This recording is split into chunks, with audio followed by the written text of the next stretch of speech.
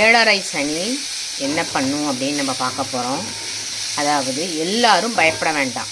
ஏழரை ஆரம்பிச்சிருக்கு, ஏழரை சனி ஆரம்பிச்சிருக்கு, ரொம்ப பயமாக இருக்குது அப்படின்னு எல்லாரெல்லாம் நீங்கள் பயப்பட வேண்டாம். ஏன்னு கேளுங்க, ஏழரை சனி வயசுக்கு தகுந்த மாதிரி தான் நமக்கு நம்மளுடைய கர்மாவை கழிக்கிறதுக்கு சோதனைகளும் துயரங்களையும் கொடுப்பார். புரியுதுங்களா? அதனால் எல்லாரும் பயந்துட்டு இருக்க வேணாம். இப்போ சின்ன பசங்களாக இருந்தால், படிக்கிற பசங்களாக இருந்தால் அவர்களுக்கு படிப்பில் நாட்டம் குறையும். சாரி, காதலில் சிக்க வச்சு மாயை லைஃப் காதலுங்கிறது ஒரு மாயை அப்படின்னு அதில் கொஞ்சம் மாட்டி விடுவார் இந்த ராகு தசை இதெல்லாம்.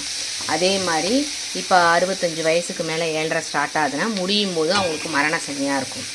ஆயுளை சுமூகமாக முடிச்சு விட்ருவார். ஏழரை முடிய போகிற டயத்தில் 65 வயசு 70 வயசு அவங்களுக்கெல்லாம் ஏழரை வரும்போதே நம்ம உஷாராக ஆகிடணும்.